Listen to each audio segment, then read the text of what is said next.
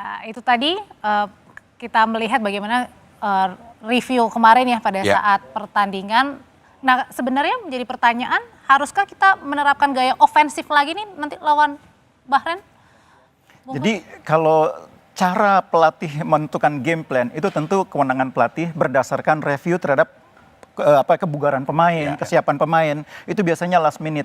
Tapi persoalannya kemudian, apapun strategi yang dipilih oleh pelatih, game plan-nya itu harus konsisten diterapkan di lapangan.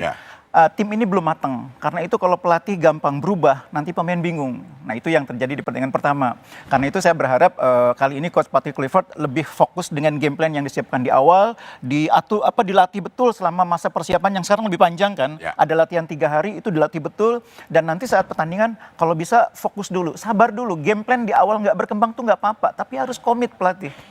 Ya, tapi kalau misalnya kita bandingkan dengan pertandingan pertama lawan Australia yang kita bisa menahan imbang, kalau menurut Alam gimana? Kemarin apa yang terjadi sehingga jauh banget hasilnya? Sebenarnya di sepak bola itu di sepersekian detik tuh bisa berubah, Cing. Ya. Jadi kemarin sebenarnya angin itu udah ada buat Indonesia. Kita awal-awal udah main sangat baik, udah game plan-nya udah terlihat, main udah sangat baik, dapat penalti juga, tapi kegagalan penalti itu kayak merubah semuanya, entah itu dari mental pemain, karena setelah itu kan malah Australia yang jadi dapat penalti kan.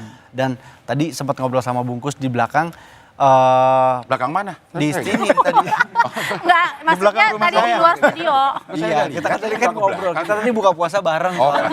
Kita ngobrol. Soalnya Coach Pique itu sempat merubah taktik setelah gol pertama tuh gol kedua ya Bungkus ya. Dan merubah taktiknya itu hanya dari pinggir lapangan dan cuma teriak. Itu kan tadi yang tadi Bungkus bilang tim ini belum matang. Jadi mungkin pemain bingung gitu loh. Baru juga ketemu. Iya, baru cuma persiapan 2 hari gitu. Jadi tapi apakah itu memang wajar-wajar aja dalam sebuah pertandingan mengganti? Wajar kalau memang sudah matang timnya, wajar. Tinggal gini, 3 belakang udah tahu tuh semuanya, 4 belakang udah tahu semuanya. Guardiola itu satu pertandingan bisa 3 kali berubah. Ya, karena satu pertandingan 3-4-3, 3-4-1-2, jadi 4 itu biasa. Tapi timnya udah matang karena latihan tiap hari. Ini baru latihan 2 kali.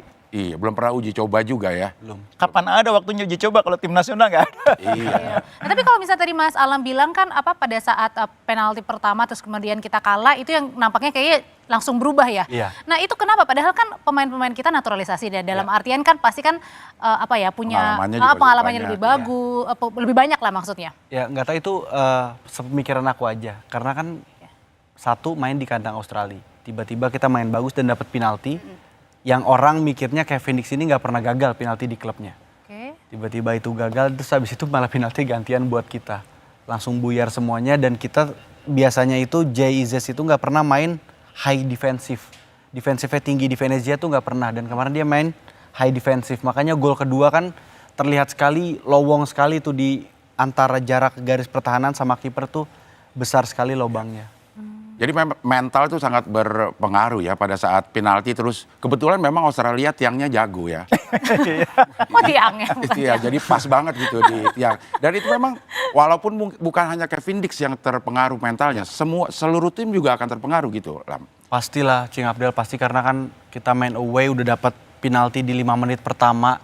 Seharusnya kita bisa unggul, tiba-tiba semua kaget lah, ini Kevin Dix nggak pernah gagal loh. Di klubnya gitu, di Copenhagen nggak pernah gagal, tiba-tiba gagal. Jadi pengaruh semua mood. Abis itu penaltinya malah ke kita lagi dan gol gitu. Jadinya ya mudah-mudahan saya salah masalah mental. Mudah-mudahan besok lawan Bahrain kita perlihatkan lagi kalau Indonesia itu memang warrior gitu. Tapi kan sebenarnya pada saat kemarin di Australia juga tim-tim inti juga tidak main ya Bung ya. Tapi kemudian apa nih kira-kira yang menjadi catatan sebenarnya? Iya, jadi memang sering saya bilang bahwa sepak bola itu bukan matematika gitu ya.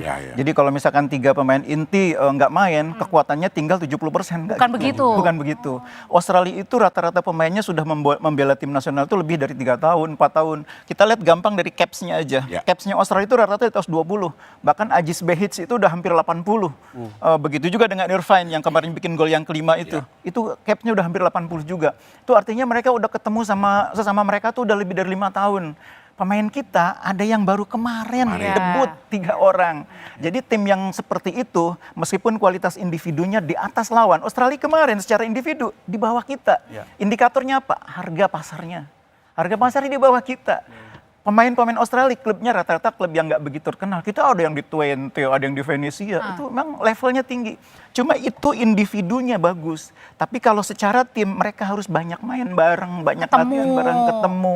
Karena baru sekali ini ketemu, yang namanya individu bagus itu nggak menyatu jadi satu tim yang bagus. Atau minimal belum menyatu sebagai satu tim yang bagus. Ibaratnya belum ketemu chemistry-nya gitu Mas Alam ya, chemistry. Kalau ini dijadikan pelajaran, apa yang harus diperbaiki pada saat kita melawan Bahrain nanti? Iya, yang pertama menurut saya, sekarang jajaran pelatih itu harus memulihkan mental dulu.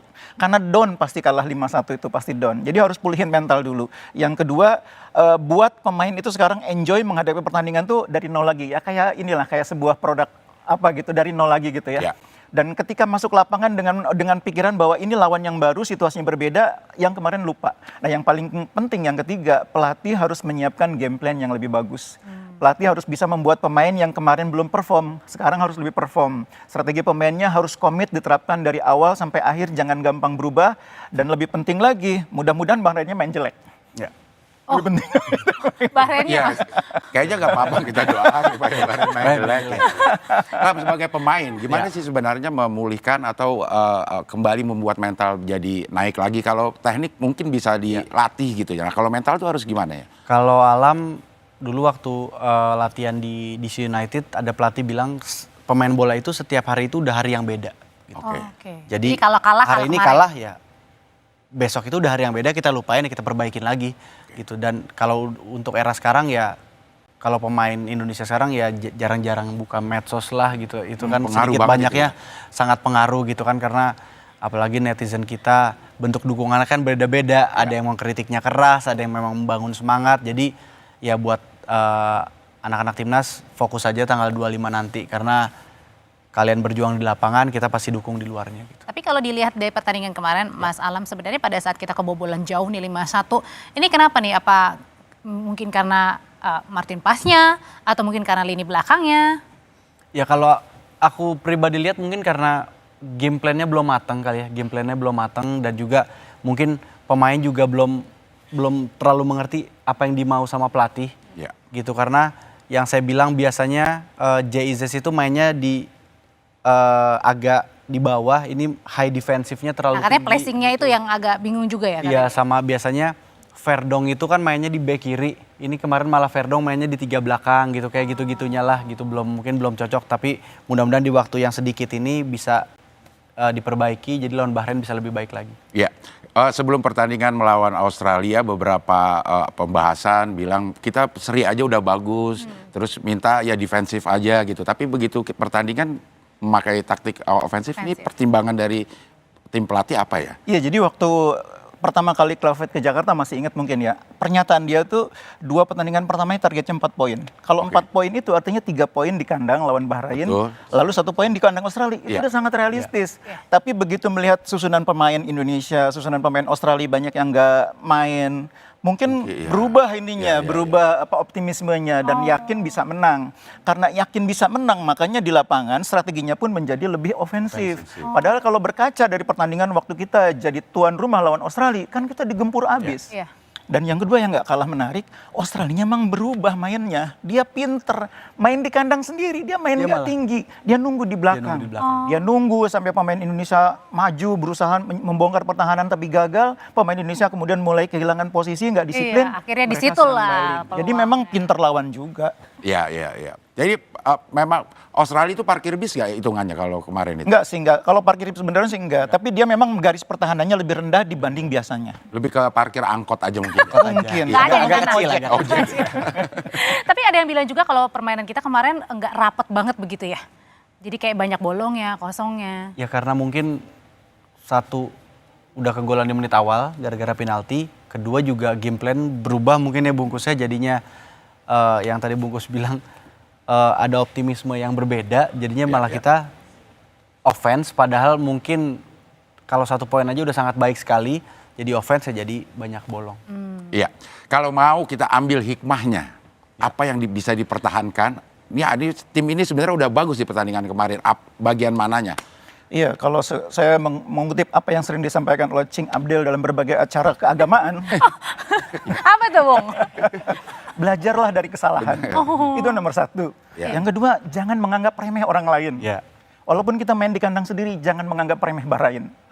Cukup, Cing. Cukup Tapi- gitu. Enggak, tapi karena Takut masalahnya banyak tadi pada kutipan saat lagi, ngeri jadinya, ya. pada saat tadi pada wawancara sama Calvin Verdong, Verdong nih bilang kayaknya Bahrain ini tuh tidak sekuat begitu Australia Ya. begitu ya. Apakah kalau kayak gitu, apakah ada tadi harus jangan juga terlalu overconfidence atau bagaimana sebenarnya kita harus menyiapkan nih lawan Ya. Bahrain jangan sampai kalah gitu ya. Nanti ya, Bung ya. Usai jeda tetaplah bersama kami.